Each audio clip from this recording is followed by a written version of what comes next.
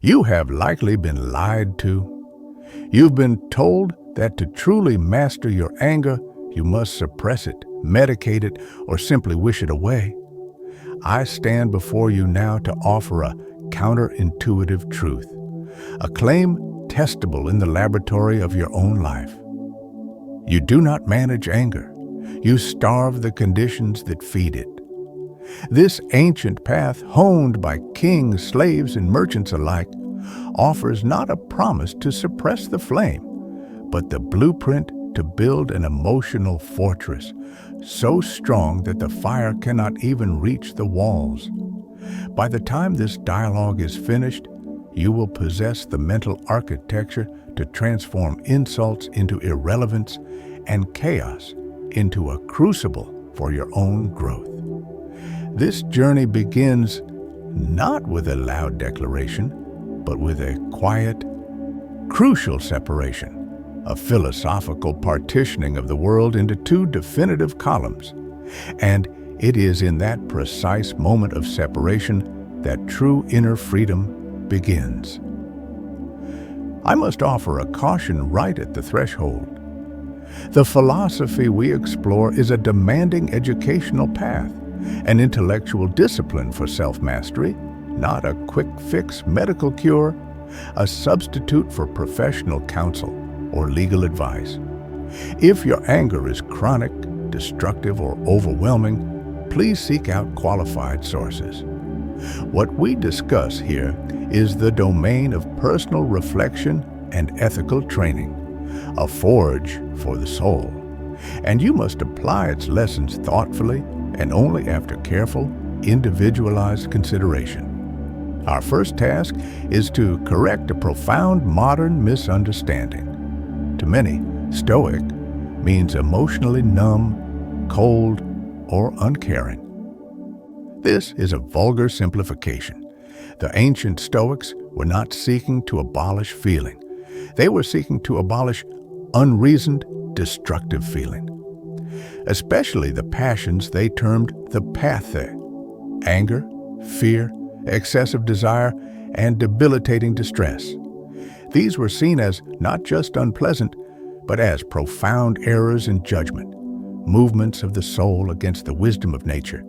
The goal wasn't a vacant stare, but a state called apatheia, which meant clarity, peace, and soundness of judgment, a mind that perceives the world accurately, unclouded by reactive turmoil. The master key to this state is simple, yet staggeringly difficult to apply consistently: the dichotomy of control. Imagine the whole universe, all events, words, and circumstances laid out before you. Now, take a philosophical knife and divide them. On one side are the externals, the opinions of others, the weather, your reputation, the market's collapse, and critically, the actions and words of every single person other than yourself. These things, the Stoics declared, are ultimately not up to you. On the other side is the internal. Your judgments, your impulses, your values, your intentions, and your responses, these things, and these alone, are up to you. Most human frustration, anxiety, and yes, anger flows from a single source: the tragic but predictable attempt to exert control over the externals. We rage because the universe refuses to conform to our expectations of how others should behave. The moment you truly internalize this, that other people are not instruments in your personal orchestra, the moment you stop trying to arrange their notes, you take the first definitive step toward inner peace. You are reclaiming your sovereignty, moving your focus from the world you cannot govern to the one you absolutely can: your own mind. This is not fatalism. It is the ultimate assertion of agency. Consider the cautionary tale of a former colleague I knew, whom we shall call Victor. Victor was a man of immense talent in his industry, but he was perpetually on edge. His entire sense of self was anchored in how his work was perceived by his immediate superior. If his boss, a highly demanding and often ill-tempered man, offered praise, Victor was elated for the day. If the boss was curt, dismissive, or offered a sharp, unfair critique, Victor would spiral. He internalized every external judgment as a reflection of his soul's worth. He would rage silently in his office, his focus shattered, replaying the perceived insult 100 times. This wasn't just unpleasant, it was a preventable downfall. His rage poisoned his attention, making him less effective. He was trying to control the uncontrollable, his boss's unstable mood, and in doing so, he surrendered the controllable, his power of choice, proheresis, over his own output and his own mental state. He became the victim of a borrowed mood, a man of power who was paradoxically a slave to another's opinion. The external event, the harsh word, was a mere sound wave, Victor's judgment of that event. This means I am worthless was the poison he willingly drank. The ancient philosopher Marcus Aurelius had to face this same daily onslaught of irrationality, but on the scale of an empire. He armed himself not with guards, but with a mental shield. He reminded himself daily, when someone acts rudely, unfairly, or selfishly, it is not about you. Their outburst is a symptom of their own broken framework, their own ignorance of what is truly good, or their own pain. Think of it this way: their anger is like an errant stone flung from their own personal storm. When you intercept that stone with your own mind, you are choosing to absorb the momentum and the damage. But if you see it for what it is, an external object with a foreign trajectory, it merely flies past, and you remain untouched. It's an act of deep psychological self-preservation. You cease to be a participant in their momentary madness and become, instead, a calm, non-judgmental observer. This is where we introduce the most crucial tactical weapon in the Stoic arsenal: the pause.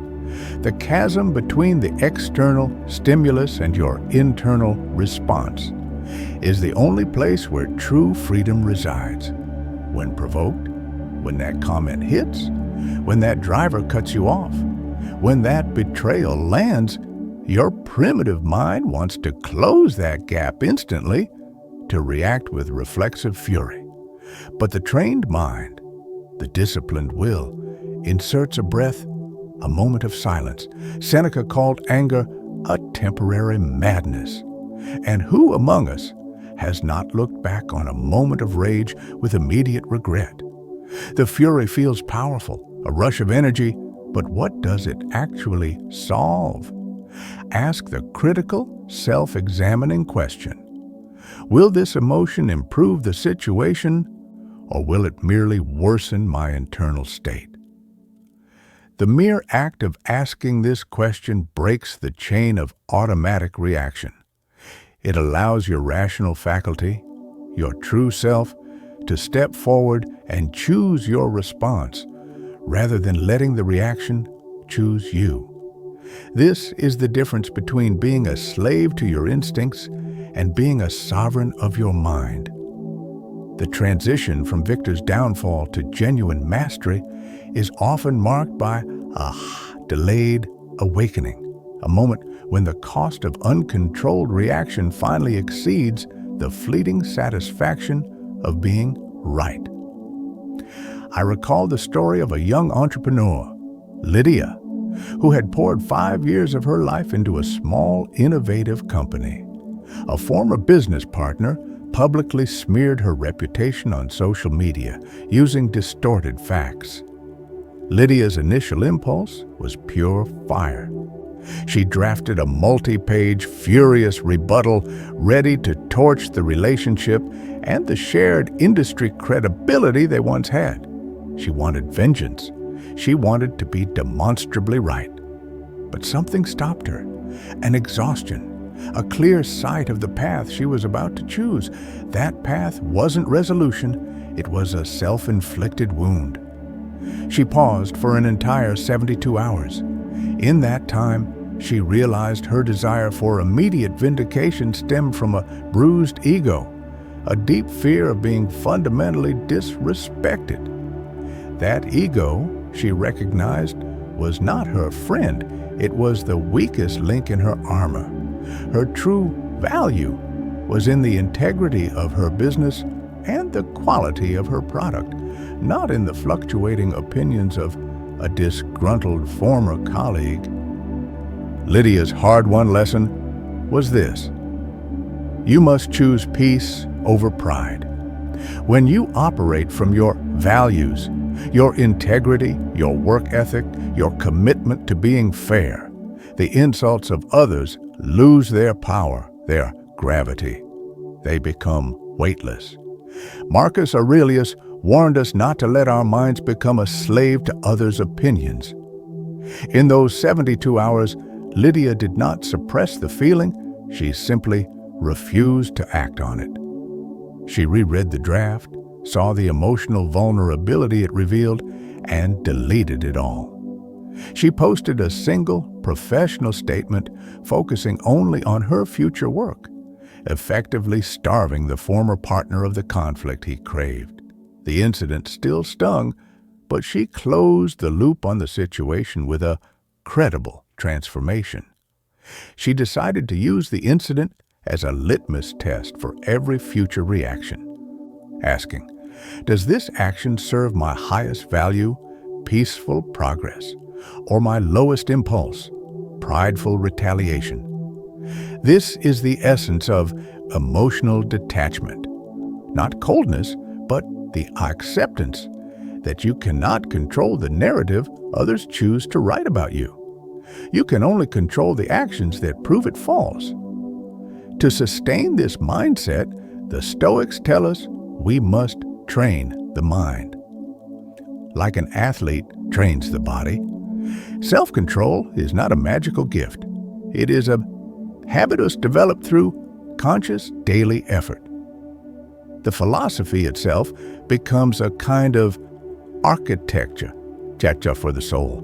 The ancient practitioners began their day not with optimistic fantasies, but with premeditation of evils, praemeditatio malorum. They would calmly consider the difficulties they might face. Today, I will meet an ungrateful man, a rude man, a dishonest man. This wasn't cynicism.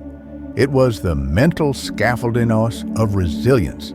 By anticipating the chaos, they ensured they would never be surprised or shaken by it. When the inevitable irritation arrived, the poor service, the harsh email, it wasn't a shock to their system, but merely a predictable event, a scheduled drill in their training regimen. Every small irritation becomes a miniature forge where you temper your will.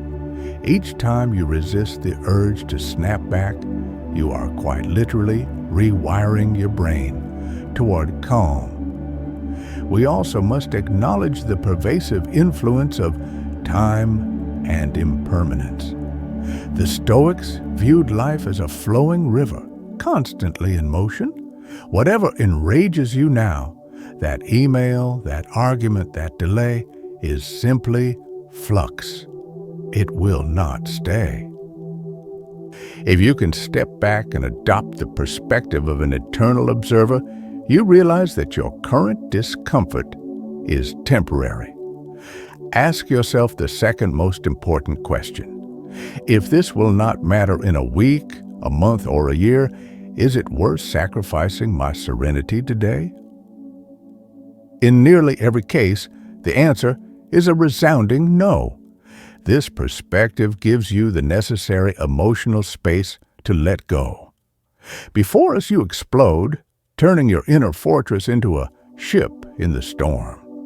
Aware of the turbulence, but fundamentally untouched by it. To make this practice truly seamless, you must use every provocation as a personal challenge, a test of your inner mastery. See the insult not as an attack, but as a gift, a perfect opportunity provided by the universe to reinforce your commitment to virtue and peace. Can you respond with grace instead of fire? Can you make calm your new definition of strength? And here, let me explicitly return to the quiet, crucial separation I spoke of in the beginning, the open loop we must now close. The moment of separation is not just between internal and external. It is also a choice between the event itself and your judgment of the event. The most powerful phrase you can repeat in that moment of crisis is this: the event is neutral. My interpretation gives it meaning.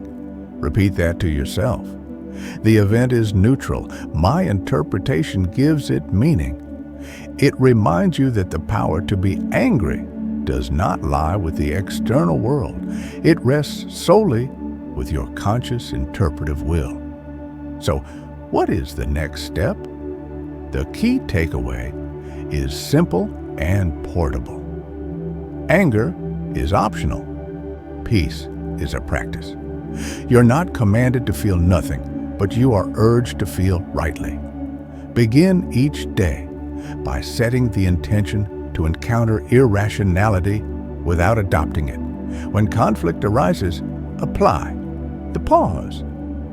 Ask the two critical questions. Will this improve the situation? Will this matter in a year? And anchor yourself to your highest values, not your bruised pride. This is how you stop managing the fire of anger and begin to build the fortress task of the tranquil mind. This philosophy doesn't end with conquering anger, it begins there. The next chapter, the natural progression, is to apply this same surgical clarity and disciplined intensity to the mastery of time. Learning to structure your days with the same strategic focus you now apply to your reactions, transforming your minutes into a disciplined expression of your philosophy. This is the enduring work of a true student of the Stoic path.